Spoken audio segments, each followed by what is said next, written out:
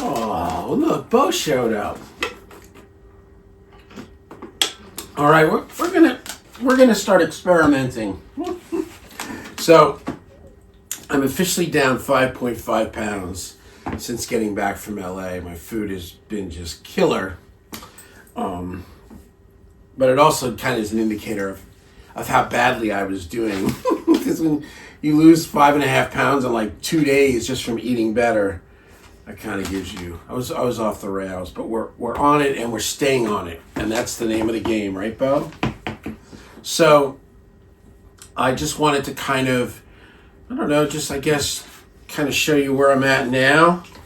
I'm mixing a record, 10 songs for a little girl who's 6 years old in Hawaii, who went through the fires, the Helena. They brought me, look at this, they brought me, where are they?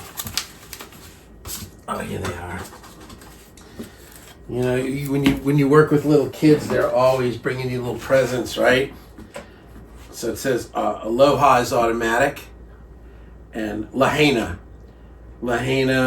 Maui built. So they went through the fire. I think that their house was fine, but like their neighborhood got burned. And anyway, so we're mixing her record. So it's like a little pop record that we did here. She's cute. It's a trip, man, working on like a record for a 6-year-old. So a couple of changes. I did sell the Helix finally. And, you know, I'm glad. I've got the FM9 is down here, and I've set up a church preset. I just got the sheet music for Sunday, so I got to print it out and go through the tunes. And I'm really, you know what it is? I think that like, and you know, I know. Yeah, I know. I think that, you know, I think they both have cool things, and I think they, you know, Axe Effects and Line 6 Helix, and the Helix amps are just not there. The Axe Effects amps are way better. That's just my take. And I mean, there's people that are getting great sounds out of Helixes, but I don't know. And then just like that whole like shaving the top end to get rid of the digital, like, I don't know, man. That's just not me, man. Because sometimes I just want the top end to rip my face off. What do you think of that? Daddy just got crazy. But anyway, the other thing I did was, you know, I had this AC30 here, and it's really nice. And it just was like enough crap. I'm selling the AC30. I'm just going with this. So basically, I've got, you know, vintage Marshall, which honestly I haven't really been using. The Sir PT100, the Friedman twin sister, and the Mark V. And honestly, these two is mostly all I've been using lately. You know, Mark V is cool too, but you know, Boogie just has a sound that it's not a daily thing for me. I just can't get on. I just can't get into the way it sounds all the time. There's such a thing to it. Such a I don't know. It's got this thing, you know, a robot. These just sound more kind of what I'm used to. So, and these three have effects loops, so they're all set up.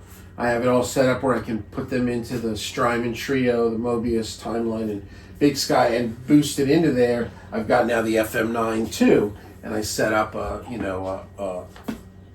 preset that's for the loop. So, oh yeah, man, I was messing with this the other day. It was just killer. And yeah, so that's really it. I'm also, you know, I've been using these Adam A77X monitors for the last 2 years or so, maybe 3. You know, they're nice. Every now and then I'm like, I don't know, I'm like, they're cool. Yeah, they're fine though. You know, I'm used to them now. You know, after all the years of Genelecs, I needed a change from the Genelecs. Yeah, so they're nice, you know, and I've got, this is my setup, you know, I've got like a little MIDI keyboard right here with, you know, like beat pads. So if I'm programming on Superior, I use the keyboard. If I'm programming in Battery, I use this, and I have all the kits set up for the keypads on this. This is the Akai MPK 249. Very nice keyboard. It's like semi-weighted. I find that if I'm on a keyboard that's too light and I'm playing a lot, it actually, my hands start to ache. Like I'm better with some resistance and with it being like, I don't know, it's just better. But it's not a hammer throw, so it's good for beat making. Then I've got an 88 weighted keyboard here. I don't know if you can see it, but you know, mic preamps and Neves and all that.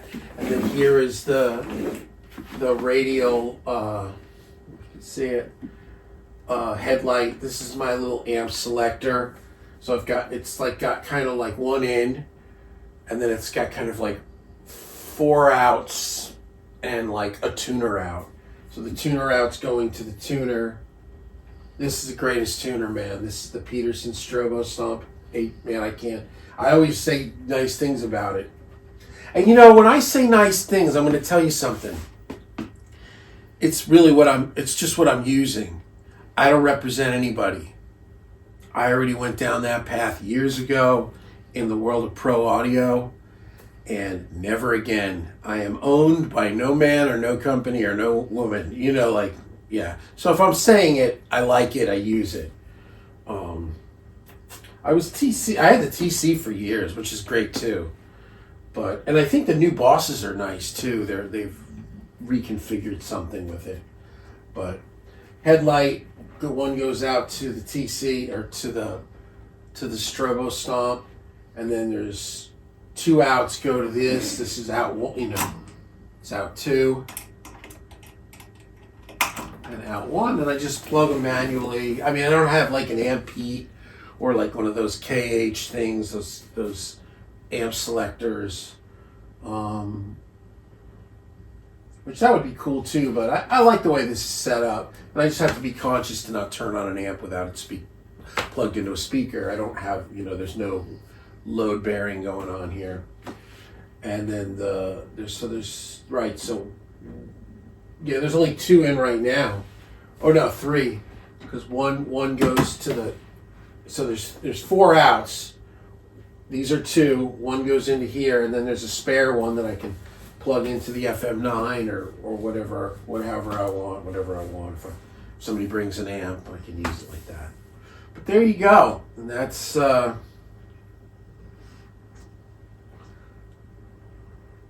Yeah.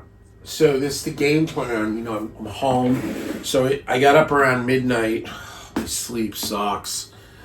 And I've been up, and I'm like, I got to knock this record out. Because this record has been like, you guys ever take on big projects and it's amazing, but then it like starts looming, you know, and especially like in the middle of like winding this down, we tracked all the vocals. I was editing vocals. Then I was like gone for like a month in LA, in Orlando and Atlanta, and, you know, with work stuff. So it was like this gnawing at me, like, oh, I gotta get this together. But then you get home and now you have no momentum. So this is what's going on, right? That's why I'm shooting this. I'm back in like getting momentum going on. So yeah, everything's running great. Everything's working great. I have a couple of duplicates, and they're really expensive things to have duplicates of. But I've had issues with both of them over the years. I have an Avid HDIO here, which is my, you know, converter clock, and my main one kind of started having some issues. So I had to buy one so I could get this fixed, because if you ship this thing off to Avid, it's 3 weeks. So, and I don't have 3 weeks to, and one of the reasons why I have these duplicates is because I do have clients coming in from overseas and out of town. People from LA come in, people from Barcelona, people from Australia, Hawaii. Like, if they come out for the weekend and I start having some drama, it's a bad scene, right? So I've luckily never really encountered that, because I've always been like hyper aware of that scenario.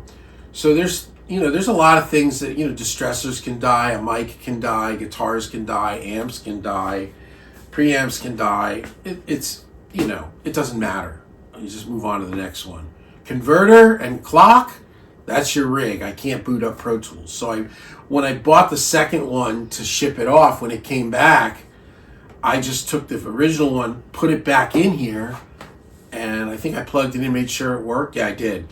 But I went back to the original. I went back to the new one that I had bought as the placeholder while I shipped it, because I'd spent some time and really calibrated it, and it's like perfect.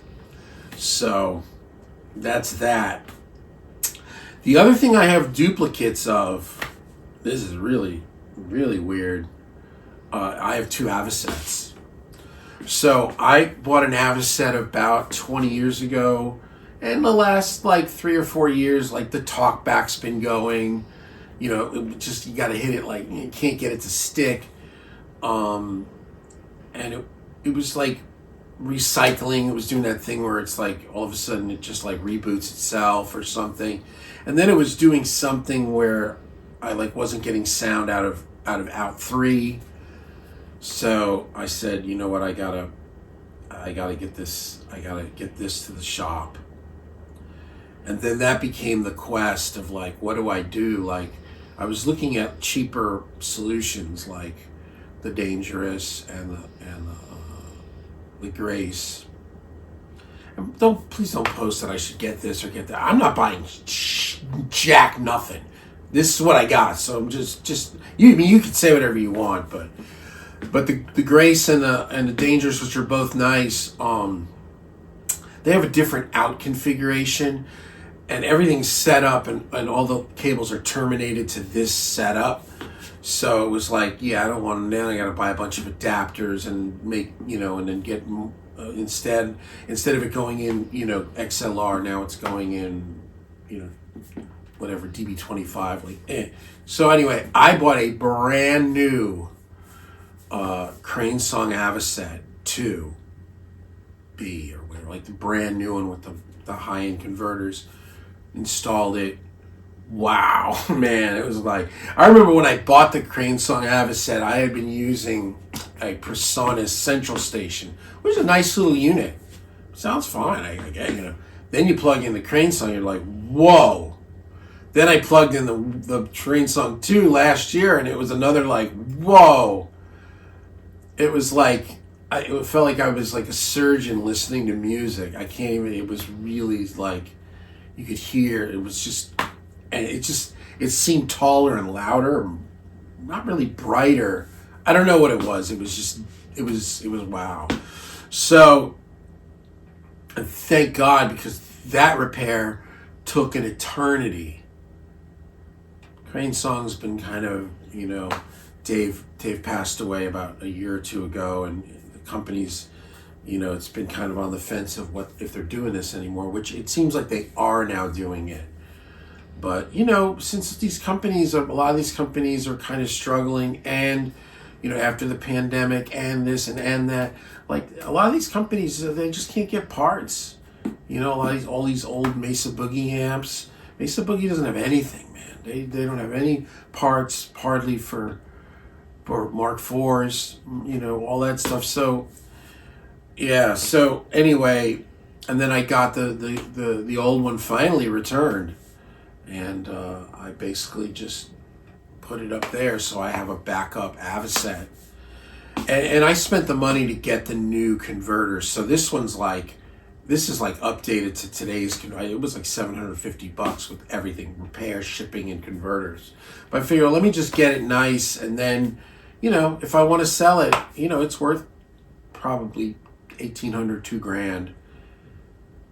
Which I don't know. We'll see. I mean, it's just up there. But those are nice. Like those are huge. Those are huge components to the studio, because those are lights out things. Like those are like, if your converter and clock aren't working, Pro Tools will boot up. If your Avoset's not working, you're not going to have any sound, and it's not something that you can just like quickly whip something up. Plus, it's like all the cabling. Like I don't. And the thing is with me, like, I'm lucky I've got all good cables and everything's been, so I don't mess with this stuff hardly ever unless there's an issue. So a lot of times if there's something goes down, it takes me a while just to figure out what's going on. I don't know how everything's plugged in anymore. It's, this was kind of designed when I moved here after selling the console. So it's been, 10 years of just, everything's just plugged in the way it's plugged in. So the less I mess with it, I guess, is the better. Anyway, this is just a video of me trying to get in front of the camera and not hide anymore. So I was 232.4 when I got home on Tuesday morning. And then yesterday morning, I was like already like 228.2. I was already down 5.5 pounds. Right, exactly. Right, 232.7 to 228.2. So, and yesterday was good, but today I've got a game plan. I went and bought food. I'm gonna cook, like, get back on like the meal prep and like, because that's the thing with the diet. It's just, I'm better if I don't improvise. No, winging it is just not in the cards. I'm better when I'm on a routine. And I'm the kind of person that can kind of eat the same thing every day. I don't care. I'm not... Yeah, I'm kind of a simple... Actually, sometimes I almost like that, because I just kind of... I'm such a weird eater. Like, there's so many things I don't like. So it's like, once I find something I like, I just freaking eat it. He just eats it. Anyway... So my student, this is it. So my student last night, as she was leaving, she said something about her dad. She said, my dad is, he says a funny sense of humor. And when he's talking to somebody and he's like in a weird mood or wants to make fun of, I don't know, he goes, la-di-da-di-da or something. And I said, oh my God, just like Annie Hall. She didn't know what that was. She's young. But I found the clip. And I said, I'm going to send it to you. This is the scene when Annie Hall and Woody Allen get done. Alvy Singer. And they get done playing tennis and they're talking and she's trying to leave. And she's such a dork. And he's such a hound dog. And she says something and she goes, well, la-di-da-di-da. Anyway. All right, you want to say goodbye, Bo? I watched this video the other night. Come here, Bo. Last night? Night before last. It was like a live video of some dude from like England. Come here. Like a shred dude. Like he had like a guitar without a headstock, right? Come here. And he was talking about arpeggios. He looks like Benjamin Orr from the Cars. I told him it too, and he didn't know who it was, but I said, yeah, you do. But he did this weird like live feed, and he had like multi-cameras. I think he was running it with his feet. It was, it was not the kind of, let me see if I can find it. I'll turn you guys on to it. It's not the kind of thing that I would be into, but there was something of Tim Hutch is his name. And he does these videos. This is him. So he's got like, he's using like, I think you can see it here. It's that like, I had it at one point as, I don't know if it's OBS or whatever, where you have like multi-cameras, and he's just, but he was live, and a bunch of us were chatting with him, and I was like, it was really cool. He's a funny, kind of British dude or something, I don't know, but yeah, I don't know, talking about shredding, it was fun. So that's kind of why I did this. I thought, well, let me do something different. Anyway. I'm avoiding the inevitable, which is I have to mix this record. So, Lugo, no more slacking.